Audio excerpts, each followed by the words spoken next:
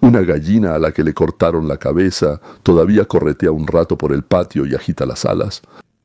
Algo parecido le está pasando a la vieja Europa.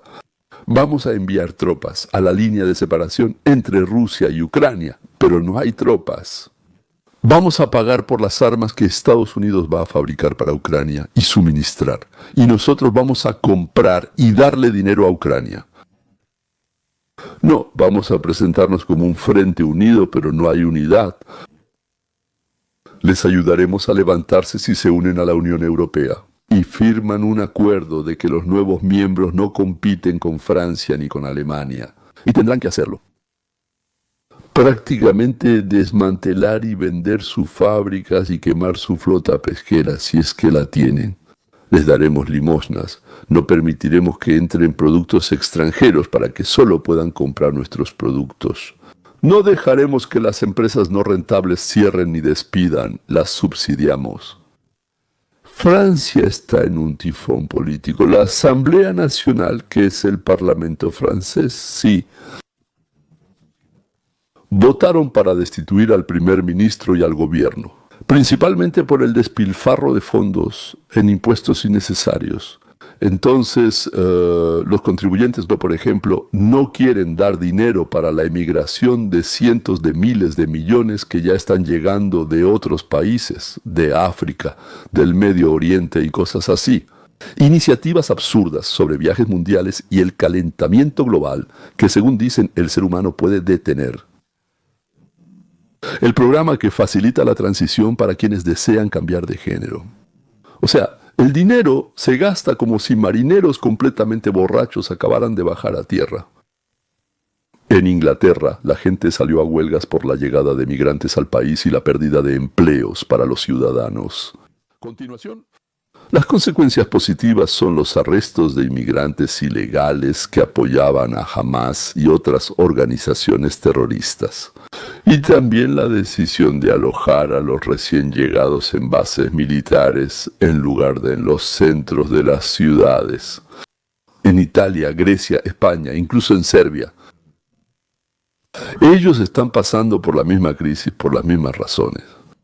Europa en septiembre del 25 estuvo y está abrumada. Entonces acaba de llegar septiembre y ya está abrumada por una ola de huelgas, barricadas de transporte y protestas políticas. La mayoría de la población exige que se detenga el despilfarro de recursos en inmigrantes y guerras ajenas.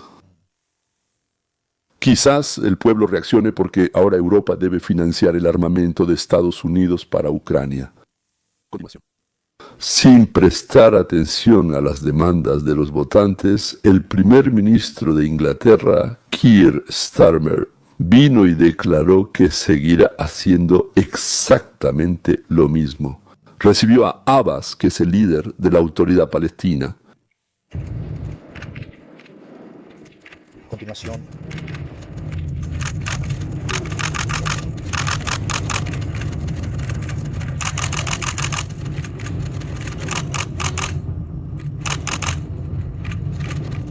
El 6 de septiembre, 17 botes con 1097 migrantes llegaron a Inglaterra. Fueron recibidos y alojados por Narcomle Nanapoena. Recibieron dinero y se les preguntó a dónde querían comprar un boleto, a qué lugar de Inglaterra les gustaría ir. Esto fue después de que Keir juró que ya no aceptaría más inmigración ilegal.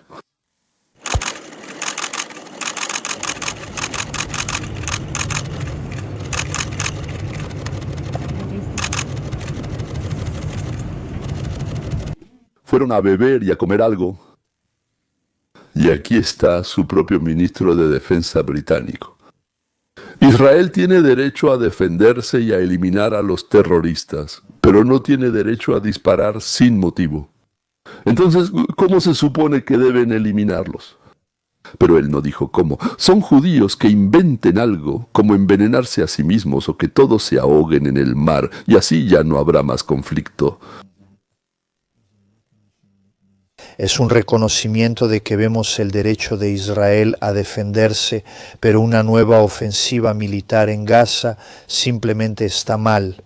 El hambre artificial en Gaza que requiere un flujo de ayuda, junto con la liberación de todos los rehenes restantes, y en eso estamos trabajando, ¿Por qué los rehenes aún no han sido liberados? Está trabajando en eso, ¿verdad? Eso no se nota, sí, está en algún lugar profundo y nosotros debemos creer en eso y no dispararles a los pobres o ricos árabes. El Ministerio de Defensa francés envió una carta al hospital para que se preparara para víctimas militares masivas alrededor de marzo de 2026. Repito, el Ministerio de Salud en Francia envió una carta al hospital para que se preparara para militares en masa. Víctimas, o sea, bueno, hay heridas, rasguños, contusiones y cosas así. Alrededor de marzo de 2026, ¿usted espera alguna guerra en ese momento? Todos ellos la esperan. Bueno, eso dijeron ellos. Más o menos en marzo, los doctores informaron, lo que significa. Se supone que habrá miles de heridos, miles de heridos. En el Ministerio de Relaciones Exteriores surgieron rumores de que Merkel quiere provocar a Putin. Las palabras de Macron, o sea, no Merkel, Macron quiere provocar a Putin. Las palabras de Macron eran diferentes a esa carta. Él dijo, buscamos evitar la confrontación y la guerra. Y al mismo tiempo, su ministro envía una carta diciendo, esperen varios miles de heridos. Bueno, está bien. Es cierto, él agregó que Putin es un ogro, recuerden que es un ogro, ¿sí? Que para seguir existiendo debe matar y devorar a sus víctimas. Pero no habrá guerra, pero al mismo tiempo enviamos a los hospitales que en marzo habrá guerra. La coalición de los dispuestos o la coalición de voluntarios se puede traducir así, ¿verdad? Se reunió para mostrarle a Rusia su frente unido. Editora, hoy en París, los aliados occidentales, conocidos como la Coalición de los Dispuestos, mantuvieron negociaciones con el presidente de Ucrania, Volodymyr Zelensky. El presidente de Francia, Emmanuel Macron, declaró que 26 países se comprometieron a brindar garantías de seguridad a Ucrania después de la guerra, si se logra un alto al fuego. Escuchen. En los próximos días vamos a finalizar el apoyo estadounidense a estas garantías de seguridad. Como mencioné, Estados Unidos ha estado involucrado en cada etapa del proceso. Bueno, la Casa Blanca dice que el señor Zelensky y el señor Trump hablaron previamente por teléfono. Funcionarios de Estados Unidos y Europa proponen sanciones secundarias que impactarían a países que comercian con Rusia. Trump dice que Europa debe dejar de comprar petróleo ruso y ejercer presión económica sobre China. Isabel les explicará el plan de posguerra de Europa desde París. El presidente Macron afirma que ahora 26 países forman parte de la coalición de los dispuestos y se han comprometido a quedarse en Ucrania tras el acuerdo. Esto sucedió después de la reunión de los miembros de esta coalición, algunos de los cuales participaron por videoconferencia y otros estuvieron presentes aquí en París este jueves, así como de una larga conversación telefónica del grupo con el presidente Trump. Se han revelado pocos detalles sobre las garantías estadounidenses, el llamado respaldo. Entendemos por parte del presidente francés que estos detalles se acordarán definitivamente en los próximos días. Pero sin duda lo principal, cuando habló junto con el presidente ucraniano quien solicitó esta reunión, es que cada vez más países están dispuestos a prometer su presencia en Ucrania tan pronto como se alcance un acuerdo de paz. Actualmente no parece que la reunión trilateral que Trump quería con los presidentes de Ucrania y Rusia vaya a realizarse pronto. El presidente Macron vuelve a pedirle al presidente ruso que intente sentarse a la mesa de negociaciones. Estas garantías de seguridad, que principalmente está considerando este grupo europeo, realmente están destinadas a mostrar que se toman en serio los temas técnicos que ahora han discutido en detalle, para asegurar que Ucrania pueda mantener su estabilidad e independencia. Pero hay un problema simple. ¿Quién va a pagar? Unas fuentes estiman 83,000 soldados para asegurar la línea, otras creen que mínimo 120,000. ¿Qué son los soldados que están en estado de alerta entre las tropas de Ucrania y Rusia a continuación? Parece que Europa, que enviará soldados, da dinero y comprará armas en Estados Unidos para continuar o terminar la guerra, pero en realidad no tiene dinero. Perdón que me ría, Estados Unidos también aceptó dar información de espionaje. y algunos afirman que habrá cobertura aérea para las fuerzas de paz. Sospecho que en Estados Unidos saben que Europa no podrá desplegar ninguna fuerza de paz. Con nosotros. Ahora está con nosotros Nick Payton Walsh. Entonces, Nick, 26 países han aceptado estas garantías de seguridad. ¿Cómo será esto en la práctica y qué papel tendrán los Estados Unidos? Hay muchísimas cosas que no sabemos sobre esto. Lo que sí sabemos es el significado psicológico de que países europeos como Francia y probablemente el Reino Unido declaren que van a desplegar tropas en territorio ucraniano. Rusia ya rechazó esto, pero para los ucranianos, estas potencias militares europeas afirman que los apoyarán físicamente. La participación estadounidense aquí. Trump aseguró a todos que no planea enviar tropas estadounidenses al terreno. Ellos darán lo que los europeos llaman respaldo. Incluye militares, logística, inteligencia, apoyo terrestre y poder aéreo. Así que, si se llega a algún acuerdo de paz, que como vemos todavía está lejos, podría ocurrir una especie de congelamiento a lo largo de la línea del frente. Y los estadounidenses pueden potencialmente usar sus considerables fuerzas aéreas, que fácilmente pueden desafiar la superioridad aérea rusa en este momento en la línea del frente para, en esencia, congelar el cielo y detener los ataques nocturnos de drones y misiles. Se mencionó en medios la posible creación de una zona desmilitarizada en Donbass, separando los ejércitos por 30 a 40 kilómetros a lo largo del frente. En esencia, esa es la distancia que los drones pueden recorrer actualmente. Zelensky rechazó esto, declarando que, en esencia, se le pide a Ucrania que retroceda aún más y le dé ventaja a los rusos. Los drones ya están creando esa zona desmilitarizada llamada zona gris. No sabemos muchos detalles, pero es casi seguro que verán tropas europeas en la capital, quizá en una ciudad importante como Dnipro. Aquí hablan de la protección de los puertos, eso también significaría Odessa. Pero, ¿los verán en la línea del frente? Yo diría que casi con certeza no. Estarán ahí como apoyo psicológico para los ucranianos, diciendo que Europa y de hecho la OTAN los apoyan, pero en realidad no participan en los combates. ¿De verdad Europa, después de casi 70 a 75 años de letargo, finalmente ha regresado con nuevas fuerzas al escenario mundial? Recordemos qué fue exactamente lo que hizo grande a Europa. ¿Por qué los europeos conquistaron el mundo? Hace 1000 años eran completamente impotentes, pero para 1914 ya habían conquistado el 84% del planeta. ¿Por qué ellos llegaron a la cima y no los chinos, japoneses, otomanos o surasiáticos que durante siglos estuvieron mucho más desarrollados? Esta pregunta ha desconcertado a historiadores y científicos sociales, pero hasta ahora no han llegado a una respuesta satisfactoria. Y esta pregunta es importante porque el poder de Europa determinó quién tenía colonias, quién participaba en el comercio de esclavos, quién se enriquecía y quién permanecía en la pobreza. Jared Diamond sugirió que el dominio de Europa se explica por la industrialización y las enfermedades. Los europeos fueron los primeros en industrializarse, pero ya habían conquistado el 35% antes de comenzar la industrialización. Entonces, ¿qué contribuyó al éxito de Europa? El liderazgo que tomaron en el desarrollo de tecnología, armas y barcos armados fue fundamental, porque eso les permitió conquistar el mundo. Pero todas las demás grandes civilizaciones de Asia usaron la misma tecnología y lucharon con armas tan frecuentemente como los europeos. Así que el liderazgo de los europeos no se puede explicar por el hecho de que libraron más guerras que otros líderes de Eurasia. Los incentivos políticos los impulsaban no solo a hacer la guerra, sino también a gastar enormes sumas en ello. Sí, también construían palacios, pero incluso 2% todo lo demás se destinaba a la guerra. Los líderes en otras partes de Eurasia enfrentaban incentivos completamente diferentes y no podían gastar tanto en la guerra, y por eso no desarrollaron la tecnología de la pólvora tan lejos como lo hicieron los europeos. ¿Y por qué se enfrentaron a incentivos políticos tan diferentes? La respuesta proviene del modelo económico, los incentivos políticos y los cambios tecnológicos. Este modelo destacó las condiciones bajo las cuales la tecnología de la pólvora mejoraría.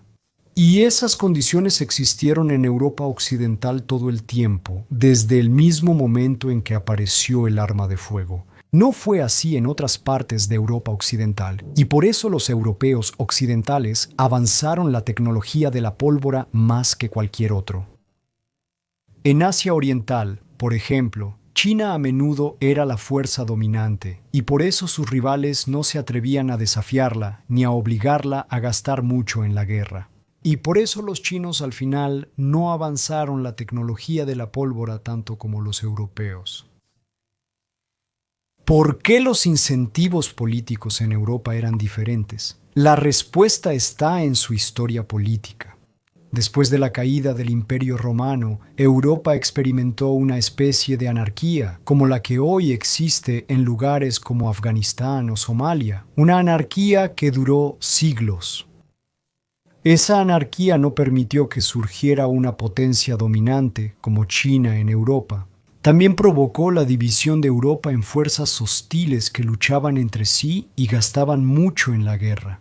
Ahora, todo podría haber sido diferente. Si, por ejemplo, los mongoles no hubieran invadido China, China podría haber estado dividida en potencias hostiles. Y hoy podríamos preguntarnos por qué China conquistó el mundo en 1914. Es interesante, o sea, el hecho de que Europa no se unificó como China y estuvo peleando constantemente dentro de su continente, llevó al desarrollo de tecnologías, a que los países europeos se volvieran los mejores guerreros, no sé, por así decirlo, asesinos, conquistadores en el mundo. Pero ¿qué pasó? ¿Por qué hoy Europa se vino abajo? ¿Por qué ese tigre de papel, lleno de recuerdos, como en realidad el Imperio Romano, que ya se fue hace mucho tiempo? ¿Por qué? ¿Por qué fue tan rápido? Escucha, 3 generaciones, todo pasó. Europa fue vista durante siglos como un pilar de estabilidad económica y hogar de países ricos y desarrollados. El poder industrial de Alemania, el modelo social de Francia y la herencia cultural y económica de Italia moldearon el continente y la política económica mundial. Esa estabilidad y prosperidad empiezan a resquebrajarse. El crecimiento se estanca, la población envejece, la productividad baja y las inversiones se agotan. Estas potencias, antes modelos a seguir, ahora son advertencias. Alemania revisa su estrategia industrial, Italia enfrenta un estancamiento estructural y Francia busca equilibrar protección social con competitividad. Antes cubrimos estas historias por separado, pero juntas muestran algo más profundo. La historia de un continente que enfrenta problemas que se han estado gestando durante décadas y de 3 grandes economías que intentan, y a menudo fracasan, reinventarse. Esta es la realidad económica de Europa: estancamiento, fragilidad y pérdida gradual de su poder. Y la paulatina pérdida de su influencia global. ¿Qué pasó? ¿Por qué la poderosa y dinámica Europa se ha estancado? Porque Europa en su mayoría trajo la cultura. Vamos a vivir en armonía y ya. Todo va a estar increíble. Simplemente explicaré que tuvieron una infancia difícil y de inmediato lo entenderán todo, y dejaremos de pelear y seremos amigos y nos besaremos apasionadamente. Estados Unidos, por casualidad, les daba protección y no era necesario desarrollar el ejército ni la tecnología. Entre ellas, los países vivían juntos y por separado. La agresión no era fomentada en las escuelas para los niños. Cuando digo juntos o por separado, me refiero a que por un lado era la Unión Europea, como una especie de unión. Por otro lado, cada país, por así decirlo, tiene su propio primer ministro, su propio presidente, sus propias leyes, sus propios derechos y cosas por el estilo. Es decir, mucho más fragmentado que los estados de los Estados Unidos de América, aunque también en los estados tenemos, por así decirlo, leyes propias en cada uno, pero Estados Unidos es mucho más homogéneo que Europa. En las escuelas, a los niños se les enseñaba a no responder a los insultos y la violencia, es decir, a no responder con violencia, sino a buscar a alguien que resolviera ese problema por ellos. Es decir, los niños dejaron de saber cómo resolver problemas. A los hombres les prohibieron mostrar sus reglas. Testosterona, sí. Había que parecerse a las mujeres y de ninguna manera mostrar agresividad. Los niños no aprendían a responder a ningún tipo de violencia, desde la verbal hasta la física. Responder a la agresión estaba casi prohibido por la ideología cultural de la sociedad. A los hombres, en cuanto a fuerza, responsabilidad y atrevimiento, les daba vergüenza, debía ser por lo que eres. Después venía cualquier cosa, eso que alguna vez nos hizo a nosotros o a ellos. En realidad yo no tenía nada que ver con eso, pero los hacía conquistadores, invasores, propagadores. La competencia en las escuelas se eliminaba, ya que al perdedor también le daban medalla y premio. A los adultos que producían mucho y bien les quitaban parte de sus ganancias. O sea, por un producto bueno y barato que tú producías, te castigaban. Y para aquellos que no sabían hacer bien y barato y no podían ganar dinero para subsistir, se les premiaba con subsidios y limosnas, incluyendo el perdón de deudas. O sea, alguien que sí ganaba dinero ahora tenía que pagar sus deudas. Todo se hacía para que fuera más fácil para la gente, para los europeos. Y en 3 generaciones los convirtieron en amebas sin voluntad, capaces solo de egoísmo y egocentrismo. Bueno, de los europeos sacaron, ni siquiera sacaron, ¿saben? Como cuando exprimen la ropa para secarla, sí, les exprimieron el espíritu. Las investigaciones del pionero y del conquistador. Luego, quienes aún tenían ese espíritu aventurero se fueron a América, Israel y otros países. Los genes de los europeos que se quedaron se degeneraron y Europa dejó de tener hijos, de inventar, de construir, de conquistar, de mejorar, de competir. Y para que su población envejecida pudiera sobrevivir, empezaron a traer extranjeros. Y recibieron a millones de musulmanes negros y de Oriente Medio, que son agresivos y desean todo lo que ven a su alrededor. Estos europeos perezosos tienen lo mismo o más. ¿Y por qué ellos tienen eso? Ellos no hacen nada. Y yo trabajo como loco, pero no tengo nada. Están dispuestos a cruzar la ley. Fácil.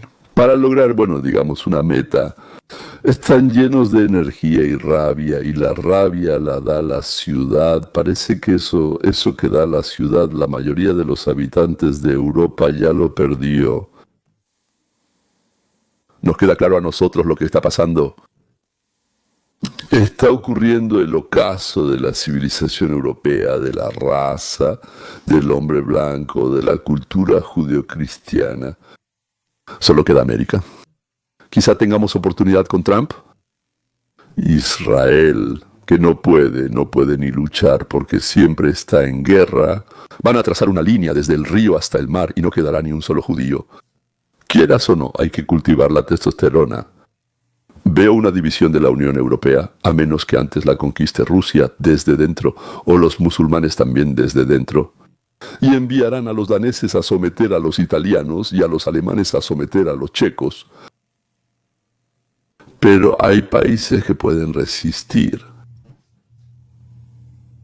Países individuales. Pero no tengo dudas de que el viejo mundo se ha convertido en un mundo decadente. Vamos a destruir este mundo decadente hasta los cimientos y luego no seremos nosotros, sino ellos mismos quienes invitaron a quienes lo destruirán, a sus propios países. ¿Saben qué? Los imperios siempre caen cada vez más y más. Está claro que esto también es un imperio. Entiendo que hubo muchas. Hubo imperios franceses, hubo belgas, hubo holandeses, el último fue el británico, pero de todos modos son imperios europeos, o una enorme imperio europea. Ella se debilitó. Los descendientes de los conquistadores dejarán de tener hijos. Probablemente se volverán gays o empezarán a cortarse el pene de manera demostrativa y tirarlo al inodoro. Puede que esa sea la nueva moda. Solo lo predigo porque ya pensaron en todo lo demás. Bueno, está bien entonces. Con estos pensamientos agradables les deseo que tengan un buen día o una buena tarde o buenas noches y hasta la próxima.